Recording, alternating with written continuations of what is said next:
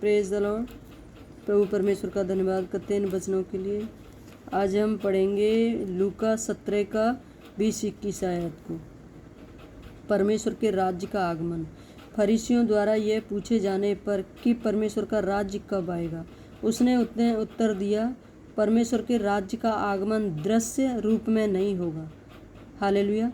न लोग कहेंगे कि देखो यहाँ है या वहाँ है, क्योंकि देखो परमेश्वर का राज्य तुम्हारे मध्य में है। मेरे प्रिय भाई बहनों, यहाँ पर फरीसी लोग पूछ रहे थे, जो व्यवस्था को मानने वाले थे, प्रभु यीशु से पूछ रहे थे कि स्वर्ग का राज्य कब आएगा। प्रभु यीशु ने कहा कि स्वर्ग का राज्य इन आँखों से नहीं देखा जाएगा, क्योंकि देखो यहाँ है या वहाँ है, क्योंकि परमेश्वर का राज्य तुम्हारे मध्य में है, हमारे मनों में है।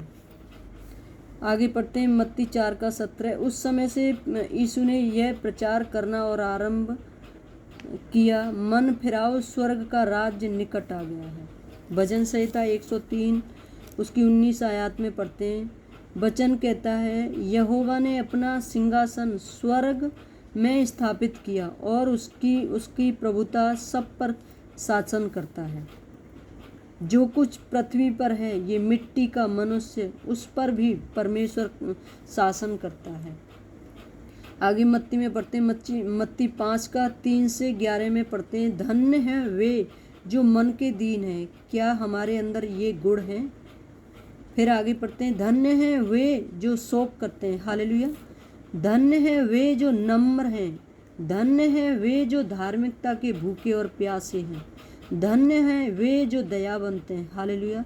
धन्य हैं वे जो दयावंत हैं, धन्य हैं वे जो जिनके मन शुद्ध हैं। हालेलुया। धन्य हैं वे जो मेल कराने वाले हैं। हालेलुया।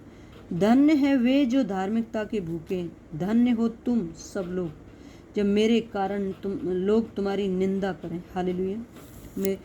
मेरे प्रिय भाई बहनों, अपने आप को चेक करें, ये सारे गुण हमारे अंदर हैं क्या? हम इन गुणों से भरे हुए हैं कि नहीं?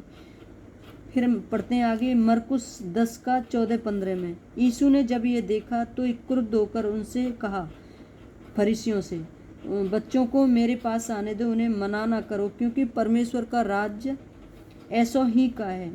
मैं तुमसे सच, 15वीं आयत में पढ़ते, मैं तुमसे सच कहता हूँ, जो कोई परमेश्वर के राज्य को बच्चे की भांति ग्रहण नहीं करता हुआ कदापि उसमें प्रवेश ना करने पाएगा। हालेलुया।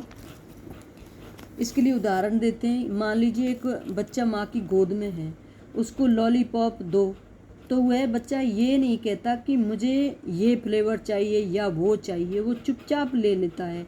या इस कंपनी की चाहिए या उस कंपनी की चाहिए, वो डिमांड नहीं करता कि मुझे नहीं ये वाला फ्लेवर नहीं चाहिए, ये वाला नहीं चाहिए, ये चाहिए मुझे।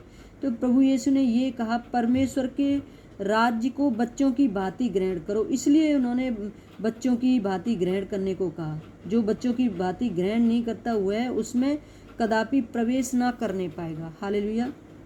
मत्ती 6 का 33 कहता है, वचन कहता है, परंतु तुम पहले परमेश्वर के राज्य और उसकी धार्मिकता की खोज में लगे रहो, तो ये सब वस्तुएं तुम्हें दे दी जाएगी। जो संसार में तुम्हें जीवन में जो चाहिए, जीवन में उपयोगी वस्तुएं, वो सब पहले प्रभु यीशु कहते हैं, परमेश्वर कहते हैं कि पहले तुम मेरे राज्य की खोज करो, धार्मिकता की खोज में लगे रहो, तब सब वस्तुएं तुम्हें दे दी जाएंगी। मत्ती 7 का 7 में वचन कहता है, मांगो तो तुम्हें दिया जाएगा। याकूब 4 का 8, परमेश्वर के निकट आओ तो वह भी तुम्हारे निकट आएगा। जब हम परमेश्वर के निकट जाएंगे तो परमेश्वर भी हमारे निकट आएंगे।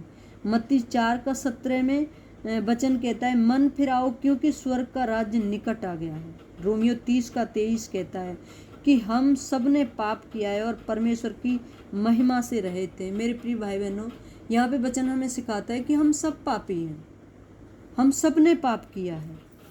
भजन संहिता 119वीं 9वीं आयत में वचन कहता है, जवान अपनी चाल को कैसे शुद्ध रखे, तेरे वचन के अनुसार चलने से। वचन हमें सिखाता है अपने को चेक करें कि हम कैसी चाल चलते हैं। और भजन संहिता 105 में पढ़ते हैं, तेरा वचन मेरे पाँव के लिए दीपक और मेरे मार्ग के लिए उजियाला है। वचन हमें संभालता है, वचन हमारे पाँव के लिए दीपक है कि हमारे पैर किधर जा रहे हैं, और मेरे मार्ग के लिए उजियाला है। आगे पढ़ते हैं मत्ती 5:17 में, यह ना समझो, प्रभु यीशु ने कहा था कि यह ना समझो कि मैं व्यवस्था या नबियों की पुस्तकों को नष्ट करने आया हूँ।